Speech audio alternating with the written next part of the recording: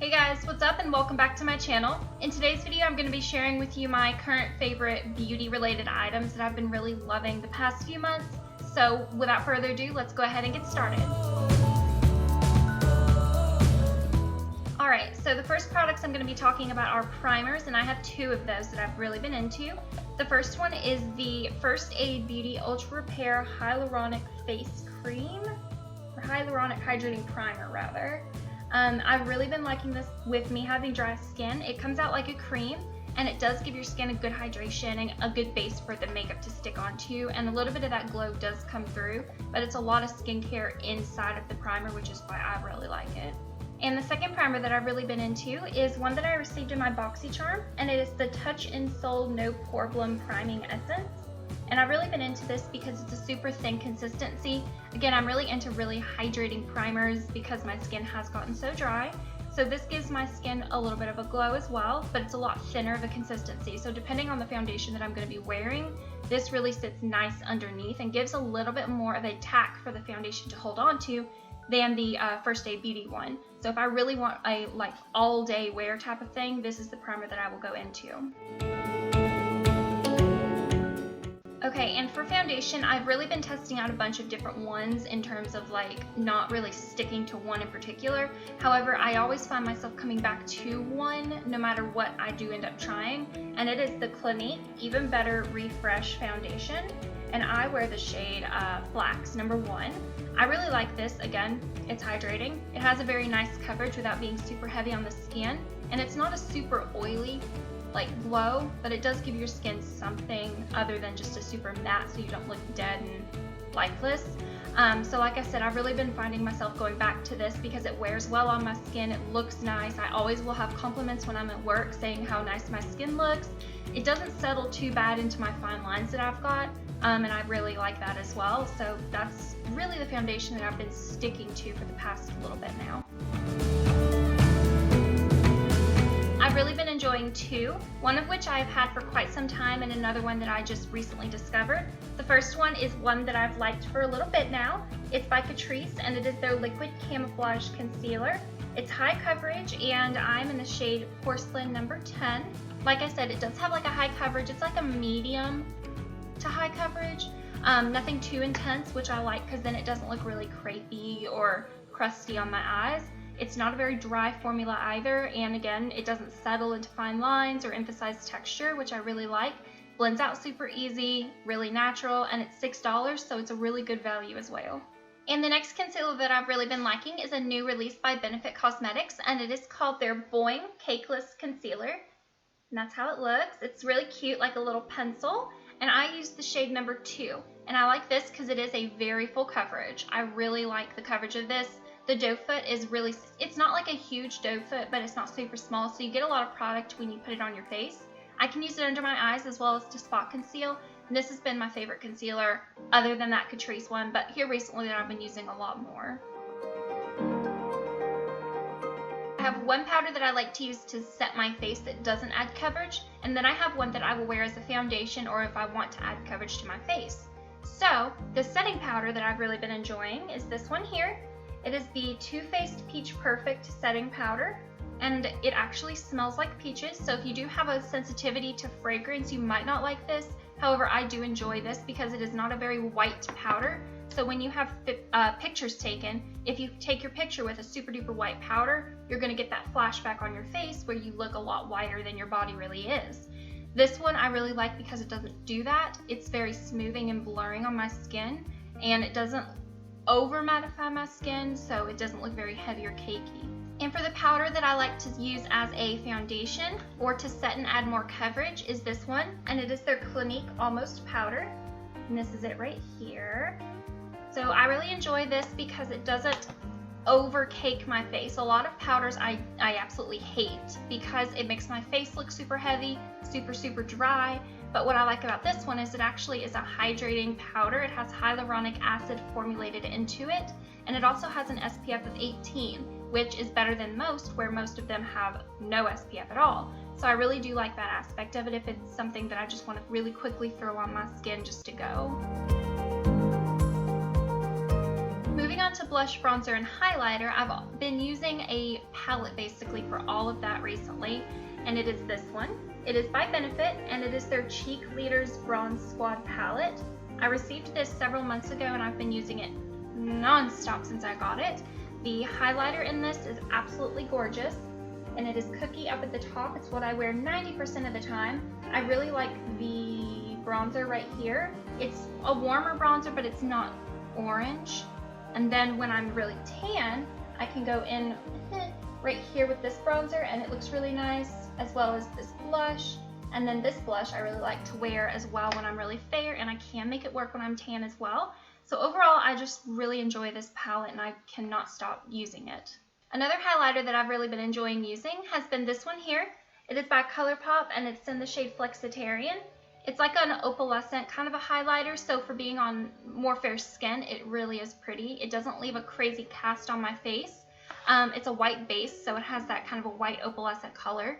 I really like it because it doesn't emphasize texture, and it's very, very inexpensive. It's only $8, and I've had it for over a year now, and it's still going strong. It's a cream, so I really like the way it blends on my skin, especially, again, if you are dry. It's very, very easy to work with without making you look even drier, so that some powders can do. I've got, again, a couple palettes that I've really been enjoying. The first one is by Anastasia Beverly Hills, and it is this guy here. It's the Sultry palette. First of all, the packaging is absolutely gorgeous. It is sparkles, and I'm all into that. It is a very cool tone palette with like a pop of warmth in it. These are kind of how the colors look. In person, they do look a little bit more vibrant than on camera, but I use this palette almost every single day that I want to just do a very neutral eye, because there's only, again, like one pop of color in here. Other than that, this palette is extremely versatile.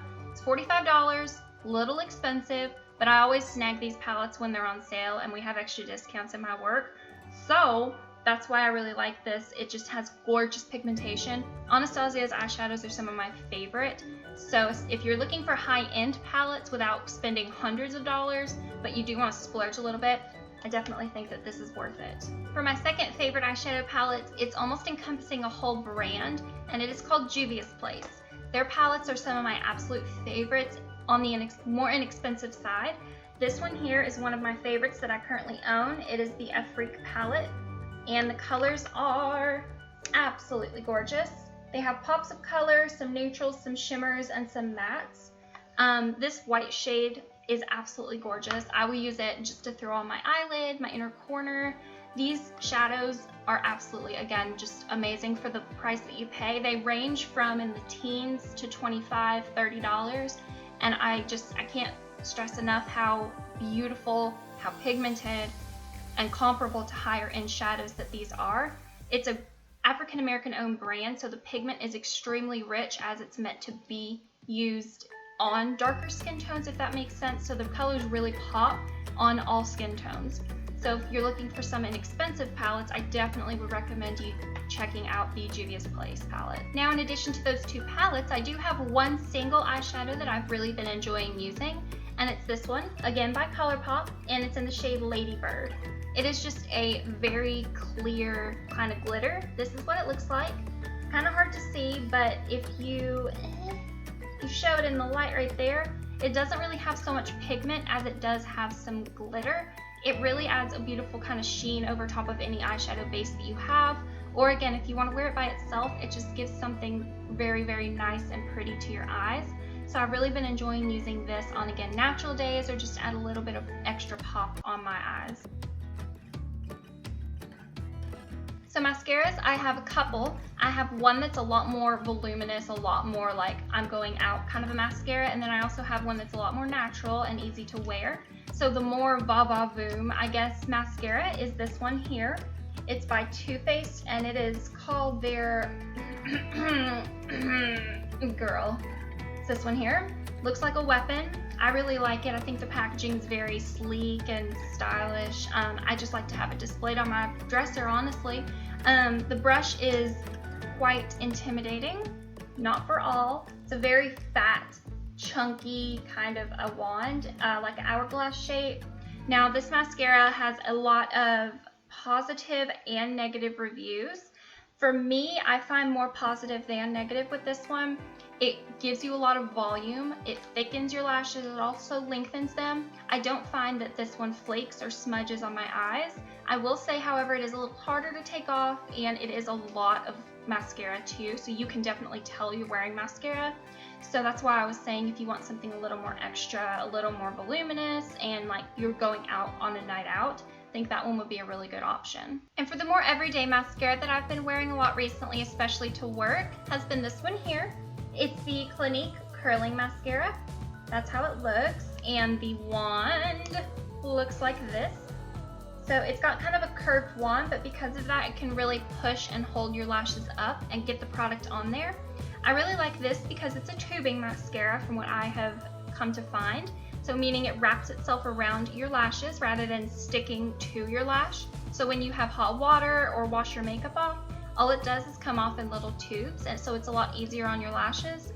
I also like that this looks like your lashes. So rather than that one where it's a lot more clumpy and heavy and you can see it, this one just looks like your lashes, but better.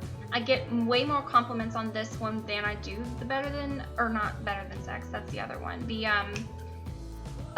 Girl mascara. I get a lot more compliments from this one, especially when I do wear more natural, because I do have decent lashes. So I do like that that just basically emphasizes them a little bit and gives them just a little extra something. And for my eyebrows, I've really been enjoying using this product here. It's by Essence, and it's their Make Me Brow. And I really like the fact that this has color. It also has some fibers in it too, so it does thicken your brows, but nothing too much.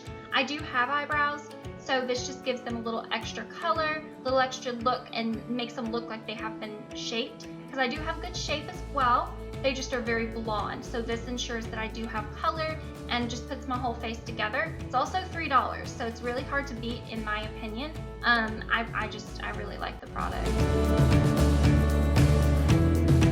And on the days that I do wear eyeliner, this is what I'll go into. It is the Clinique Pretty Easy Liquid Eyelining Pen, and it's just in the black. It does have a brush style tip, which I much prefer over felt tips because the felt tips sometimes can be just a little hard on my eyes. This is a lot easier to just glide the product on. It's also a very black formula, stays on my eyes, doesn't run or fade throughout the day, and it doesn't crack. Also, I have very sensitive eyes, so it doesn't make me want to itch my eyes or make my eyes water.